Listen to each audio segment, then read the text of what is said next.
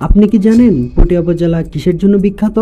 পটিয়া মানে সাহসের গল্প, একে সবাই বীর পটিয়া নামেও ডাকে। আজকে আমরা এমন কিছু গল্প শুনবো পটিয়া সম্পর্কে যেটি আপনাকে মুগ্ধ করবে। প্রথমে শুরু করা যাক।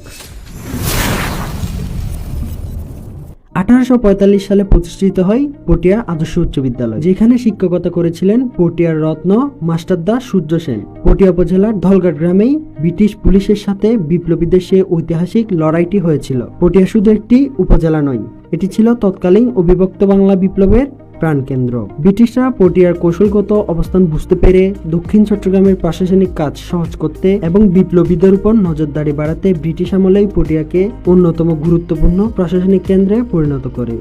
1930-এর দশকে পটিয়া হয়ে উঠেছিল ব্রিটিশ গোয়েন্দা সংস্থা এবং পুলিশ বাহিনীর অন্যতম মাথা ব্যথার কারণ। ব্রিটিশ আমলে চট্টগ্রামের বাণিজ্যিক গুরুত্ব বাড়াতে যখন আসাম বেঙ্গল রেলওয়ে তৈরি হয়, তখন পটিয়া হয়ে এটি দোহাজারি পর্যন্ত বিস্তৃত হয়। এই রেল যোগাযোগ ব্রিটিশ সৈন্যদের চলাচলে যেমন সাহায্য করত, তেমনি পটিয়ার উৎপাদিত পণ্য চট্টগ্রাম বন্দরে পাঠাতেও সহায়ক ছিল। পটিয়া একসময় আরাকান রাজ্যের রাজধানী ছিল। পটিয়া মানে সাম্প্রদায়িক সম্প্রীতির অনন্য উদাহরণ।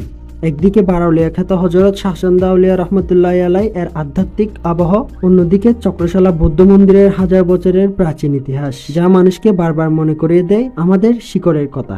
তাছাড়া পটিয়ার আমির ভান্ডার দরবার শরীফ, আকবর শাহ হুজুরের মাজার, পটিয়া মাদ্রাসা ও শ্রীমাই বনের গহীনের সবুজ দৃশ্য কিংবা বুদবুদি চড়ার জলরাশি। পটিয়ার প্রকৃতিও ঠিক ইতিহাসের মতোই রহস্যময়। কিন্তু পটিয়া কি শুধু ইতিহাসে সীমাবদ্ধ?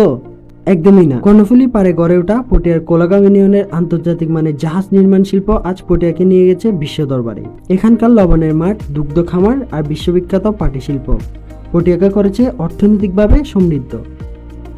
পূর্বের পাহাড় আর পশ্চিমের কর্ণফুলী, এই দুইয়ের মাঝে দাঁড়িয়ে থাকা পটিয়া যেন এক জীবন্ত ইতিহাস। আপনি যদি চট্টগ্রামের মানুষ হন তবে পটিয়া আপনার অহংকার, আর যদি পর্যটক হন তবে পটিয়া আপনার জন্য এক পরম বিস্ময়। পটিয়ার কোন জায়গাটি আপনার সবচেয়ে প্রিয়, অথবা পটিয়া সম্পর্কে এমন কি কোনো তথ্য আছে যা আজকেও অনেকের অজানা? কমেন্টে জানান।